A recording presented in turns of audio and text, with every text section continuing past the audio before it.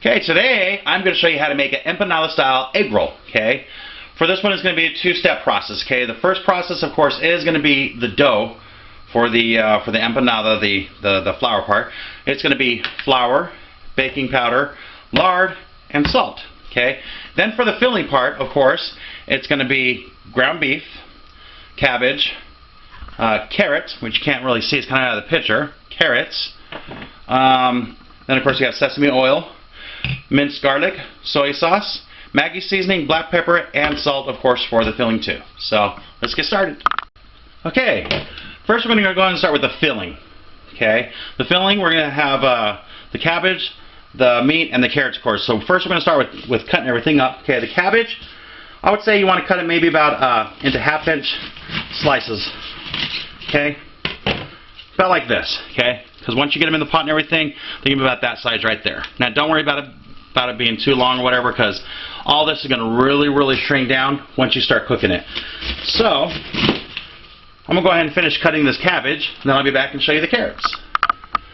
Okay, after cutting the cabbage in the half-inch to 1-inch thick slices there, I went ahead and decided that they were too long, so I went ahead and cut the whole thing right in half there. We don't want it too long, otherwise it's going to be a pain in the butt trying to stuff the dough with it. So we're going to get on to the carrots next. Okay, now while you're right whenever you finish your cabbage would be probably a good time to go ahead and start cooking your meat. Okay, so I got my meat inside there, cooking it up a little bit. Okay, while that's cooking, I already seasoned it too with the salt and pepper, by the way. While that continues to cook, I'm going to go ahead and go to the next step and do the carrots now. Okay, now we're going to go ahead and start doing the carrots. Okay, the carrots you want to kind of cut it at an angle like this. And you want them in as thinly slices as you possibly can, just kind of julienne them, you know. I'll show you one right here. So like that is really good. See that? Real tiny thin slices. Okay, I'm going to finish slicing that up, and then we'll come back and go to the next step. Okay, now that we got everything chopped up, we're going to go on to the next step. Okay, you want to take that lid off there. Make sure that meat's cooking really good in there. Oh yeah, that's beautiful. Okay, now we're going to go ahead and start with our carrots, all julienned up. So throw those inside of there.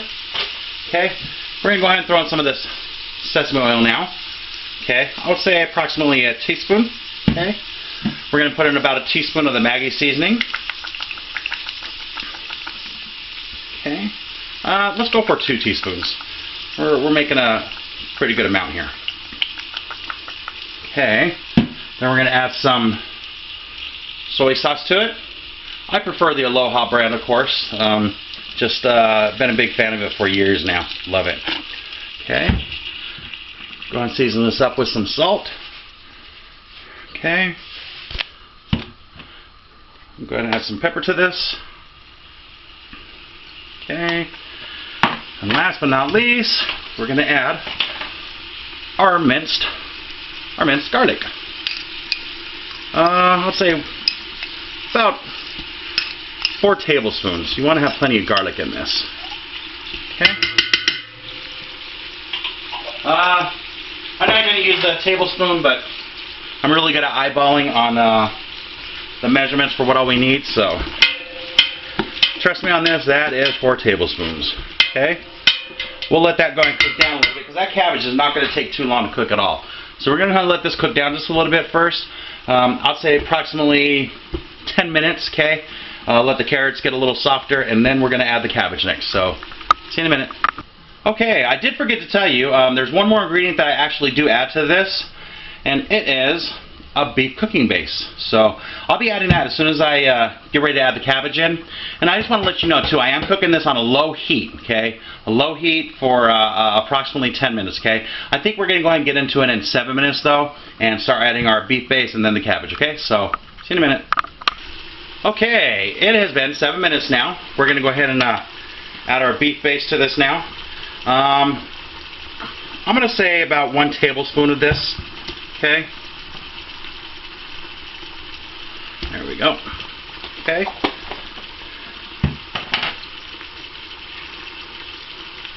I'll just get all that mixed in here.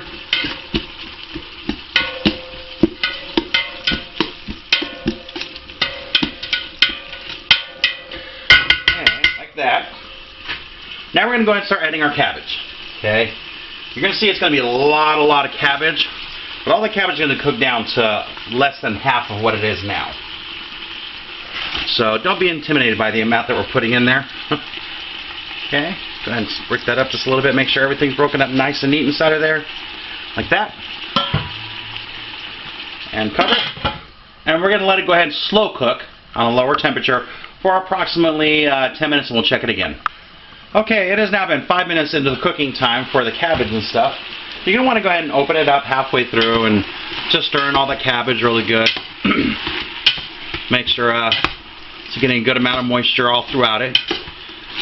Make sure everything's getting cooked all neatly in there. Making sure the meat and the carrots ain't getting overcooked while the cabbage is being cooked down. So, you see how much that cabbage is already reduced in size for the amount that's in there?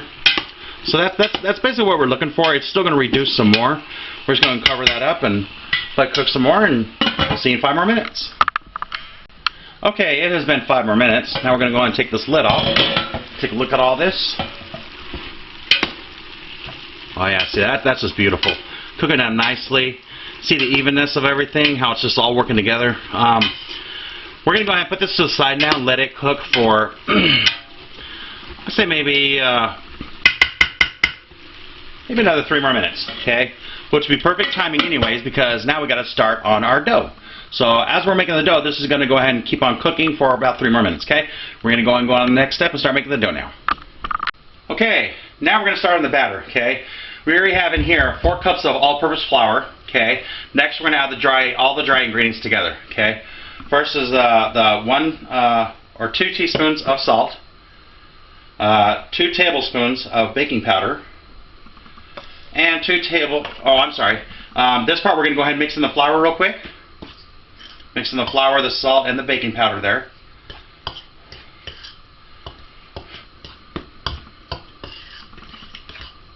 Once we get all that mixed in, now we're going to start adding some of our wet ingredients. We're going to add 2 tablespoons of lard.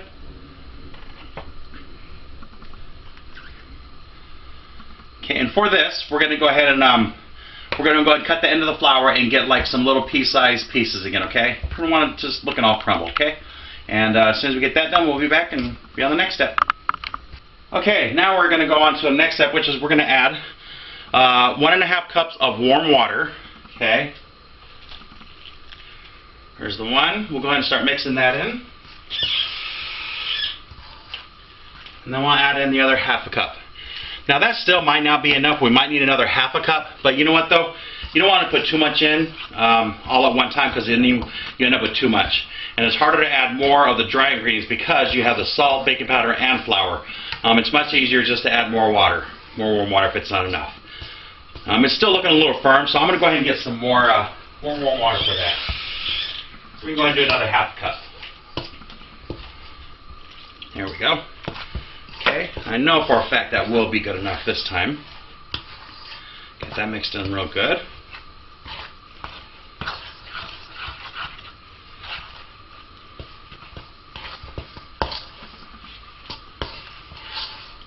Once we get all that flour mixed in with the wet ingredients really good, we're going to go ahead and take that flour off the fork.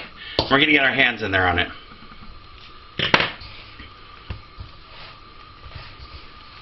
Okay, now we're going to mix this up really good with our hands like this. And as soon as it's all mixed up good, we'll come back to the next step. Okay, now we got our dough all mixed up and everything. I already went ahead and rolled one, but I'm going to show you how I do this, okay? I'm just going to take some like little 2-inch pieces here, okay? Give it a good little roll here. You want it into a ball, okay? Okay, about like that. Then you want to have a floured surface like this, okay? Just pat it down a little, flip it over, make sure you got flour on both sides, really good, like that, okay? Now make sure you got flour on your rolling pin too, of course. Just give it little rolls, okay? Across 4 ways, okay? Like that. There you have your ball. Now you're gonna, I have these crimpers, okay? I love these things, it makes the job a whole lot easier. This side already has a cutting tool on it. See it right here? Goes all the way around. That way it fits perfectly on the crimper. You just lay this right over the top of this, like this. Press it down, give it a little twist, and there you have one. Okay? Then we'll come back to the next step and show you for the filling. Okay, now we're going to show you for the filling part.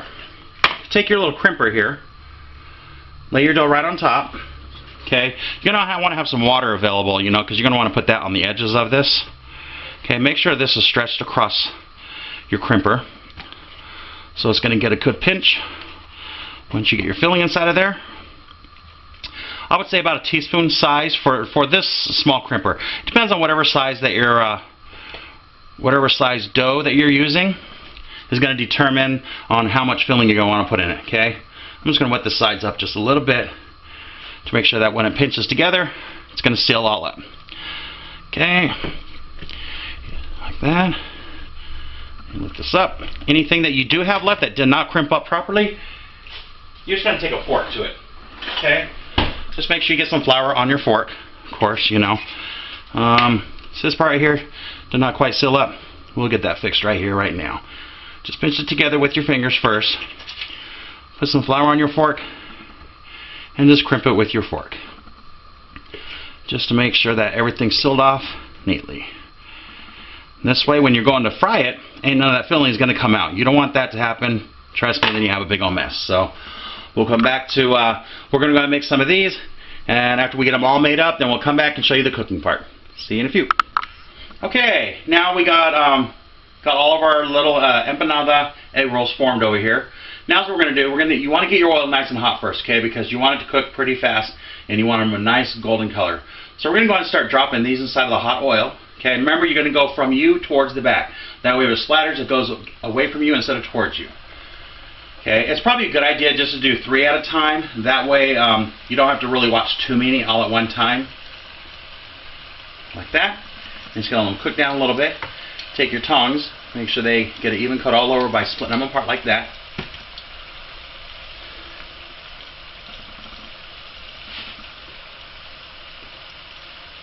Okay, let them get a nice golden color on each side. That side should be pretty good now. All right, look at that color. That is just beautiful. That's what you're looking for. That golden brown is exactly what you're looking for. Oh yeah. Now you're going to want to get you a paper plate, of course lined with some paper towels again. Make sure it absorbs all the grease, so you know your food's not too greasy. Just let it get golden brown on both sides.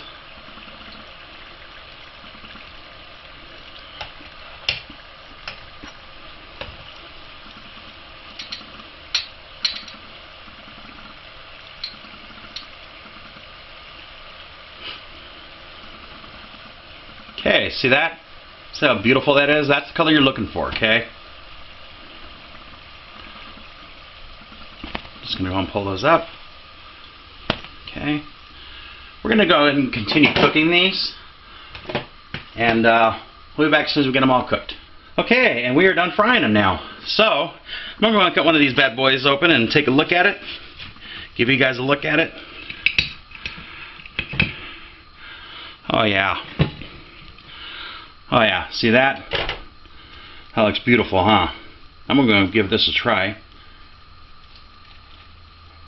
You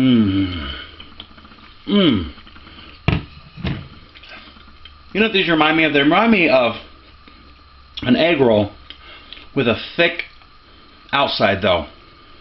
It's really, really good. Why don't you guys give this a try, and you'll see it's really good. This is Will, aka Smoothie89, and I'll see you next time. Enjoy.